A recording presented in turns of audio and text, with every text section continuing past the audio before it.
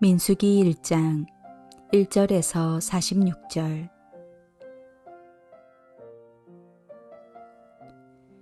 이스라엘 자손이 애굽 땅에서 나온 후 둘째 해 둘째 달 첫째 날에 여호와께서 시내 광야 회막에서 모세에게 말씀하여 이르시되, 너희는 이스라엘 자손의 모든 회 중 각 남자의 수를 그들의 종족과 조상의 가문에 따라 그 명수대로 계수할지니, 이스라엘 중 20세 이상으로 싸움에 나갈 만한 모든 자를 너와 아론은 그 진영별로 계수하되, 각 지파의 각 조상의 가문에 우두머리 한 사람씩을 너희와 함께 하게 하라.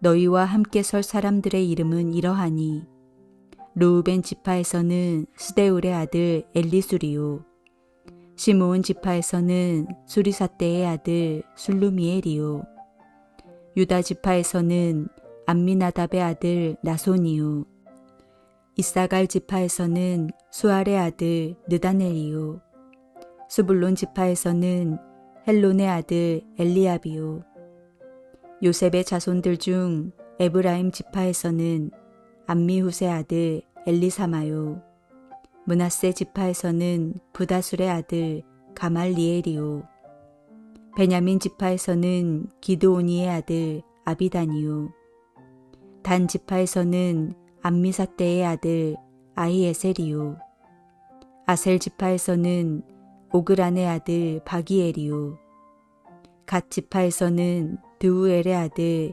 엘리아삽이요, 납달리 지파에서는 에난의 아들 아이라인이라 하시니, 그들은 회중에서 부름을 받은 자요 그 조상 지파의 지휘관으로서 이스라엘 종족들의 우두머리라.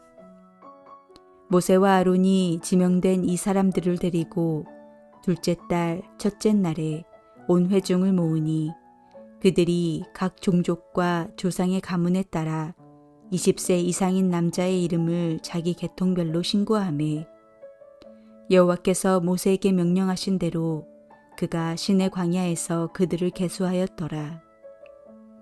이스라엘의 장자 르우벤의 아들들에게서 난 자를 그들의 종족과 조상의 가문에 따라 20세 이상으로 싸움에 나갈 만한 각 남자를 그 명수대로 다 계수하니, 르우벤 지파에서 계수된 자는 46,500명이었더라. 시므온의 아들들에게서 난 자를 그들의 종족과 조상의 가문에 따라 20세 이상으로 싸움에 나갈 만한 각 남자를 그 명수대로 다 계수하니, 시므온 지파에서 계수된 자는 59,300명이었더라.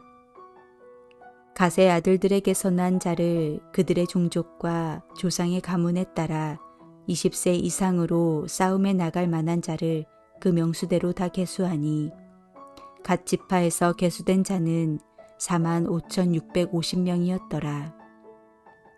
유다의 아들들에게서 난 자를 그들의 종족과 조상의 가문에 따라 20세 이상으로 싸움에 나갈 만한 자를 그 명수대로 다 계수하니, 유다 지파에서 계수된 자는 74,600명이었더라.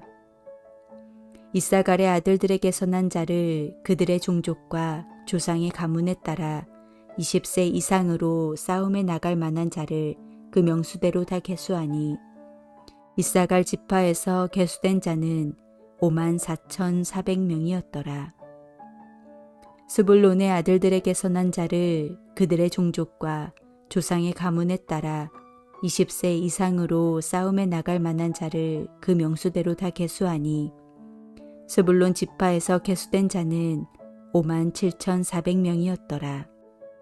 요셉의 아들 에브라임의 아들들에게서 난 자를 그들의 종족과 조상의 가문에 따라 20세 이상으로 싸움에 나갈 만한 자를 그 명수대로 다 계수하니, 에브라임 지파에서 계수된 자는 45,000명이었더라. 므낫세의 아들들에게서 난 자를 그들의 종족과 조상의 가문에 따라 20세 이상으로 싸움에 나갈 만한 자를 그 명수대로 다 계수하니, 므낫세 지파에서 계수된 자는 32,200명이었더라. 베냐민의 아들들에게서 난 자를 그들의 종족과 조상의 가문에 따라 20세 이상으로 싸움에 나갈 만한 자를 그 명수대로 다 계수하니 베냐민 지파에서 계수된 자는 35,400명이었더라.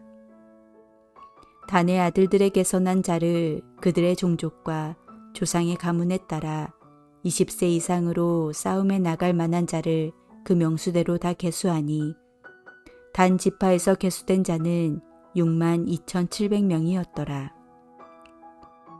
아셀의 아들들에게서 난 자를 그들의 종족과 조상의 가문에 따라 20세 이상으로 싸움에 나갈 만한 자를 그 명수대로 다 계수하니 아셀 지파에서 계수된 자는 41,500명이었더라.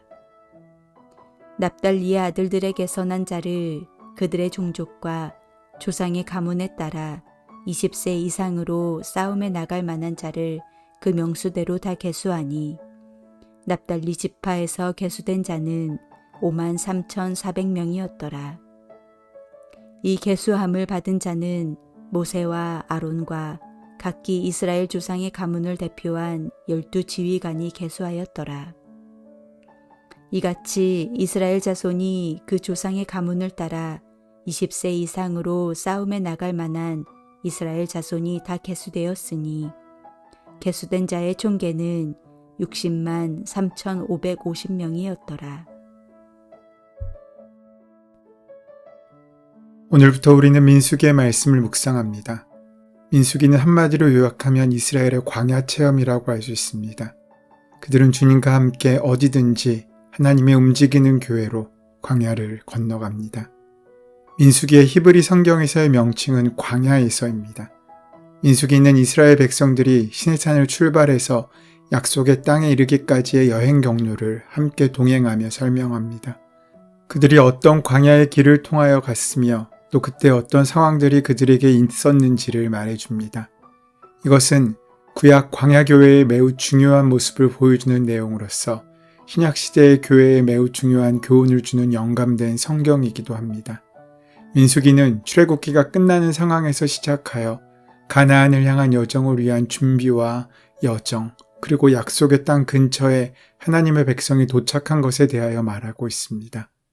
출애굽기에서 성막을 완성한 시기는 제2년 정월 1일이었습니다. 그리고 민수기가 시작하는 지점은 제2년 2월 1일입니다. 그 사이 한 달간 모세는 대제사장과 제사장을 세우는 위임 제사를 거행했고 그 첫 번째 제사를 드렸을 것입니다. 이것은 주로 레위기에 해당하는 부분이라고 할 수 있습니다. 민수기 1장에는 이스라엘의 인구조사의 내용의 결과들이 기록되어 있습니다. 민수기 1장부터 10장은 모세오경의 중심에 있는 시내산의 이야기의 결론의 부분에 해당합니다.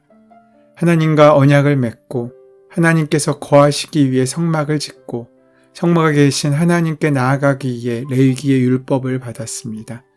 이제 이스라엘 백성들은 그 시내산을 떠나 하나님께서 약속하신 가나안 땅을 향해 나아가야 합니다.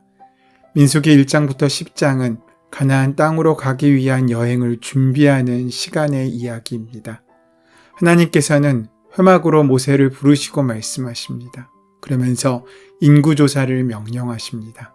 단순한 인구조사가 아니라 전쟁에 참여할 수 있는 20대 이상의 남자의 수를 계수하라는 것입니다. 즉, 군인의 수를 파악하라는 것입니다. 이 일을 돕기 위해 지파별로 지휘관을 세우는데 하나님께서 직접 택하시고 임명하십니다. 모세와 아론은 즉시 그들을 불러와서 온 회중을 모으고 계수하기 시작합니다. 하나님께서 명령하신 그날 그 즉시 순종하였습니다. 지파별로 계수한 결과를 보면 이스라엘의 군대는 60만 명에 이르는 대군이었습니다.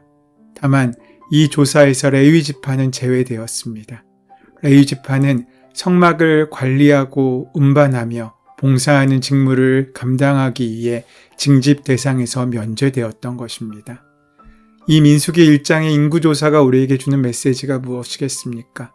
먼저 그 인구조사는 하나님의 신실하심을 보여줍니다. 하나님께서 아브라함을 부르실 때 큰 민족을 이루게 하시겠다고 약속하셨습니다. 하늘의 별처럼 해변의 모래짤처럼 셀 수 없이 많은 후손들을 주시겠다고 약속하셨습니다. 하지만 정작 아브라함이 100세가 되었을 때 그들은 아들 하나를 얻은 것에 불과했고 야곱의 가족이 애굽에 들어갈 때엔 70명에 불과했습니다.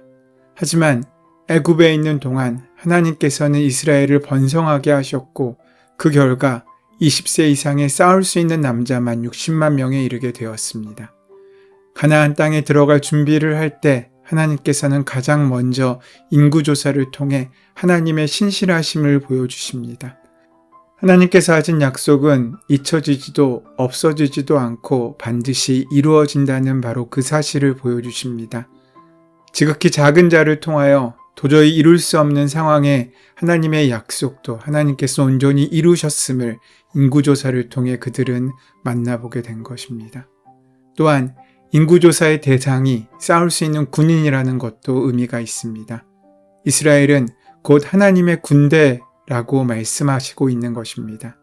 광야를 지나 가나안 땅에 들어가는 여정은 여행이 아니라 군대의 행군이었습니다. 열악한 환경 속에서 적들이 출몰하고 방해하면 싸워서 이기며 나아가야 합니다. 하나님의 백성은 하나님의 군대로 부르심을 받은 것입니다. 우리 역시 마찬가지입니다. 예수를 믿는 순간 우리에겐 하나님의 은혜와 능력도 약속되지만 보다 근원적으로 우리는 하나님의 군사로 부름받은 것입니다. 군인의 특징은 자유롭지 않고 지휘와 명령에 따라 움직인다는 것입니다. 그리스도인으로 살아가는 삶 역시 매일매일이 전투하는 삶이기도 합니다. 죄와 싸우고 세상의 유혹과 가치관과 맞서 싸워야 합니다.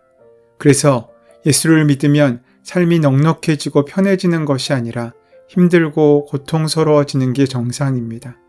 우리 인생 가운데 편안하게 얻을 수 있는 것이 과연 무엇이 있습니까? 모든 소중한 것들은 귀하게 싸움을 통하여 우리에게 얻어지고 수고와 노력 그리고 훈련을 통해 우리에게 열매로 남게 되는 것입니다. 하나님의 약속은 전쟁을 포함하는 것이라는 사실을 우리는 잊으면 안 됩니다. 그러니 광야에 세워진 하나님의 교회는 세상과 싸우는 교회입니다. 그 싸움은 영적인 전쟁이며 하나님의 나라를 이루어가는 과정입니다.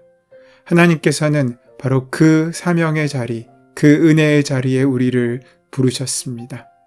하나님께서는 그 모든 과정을 온전히 이루게 하시기 위하여 우리에게 은혜를 허락하십니다.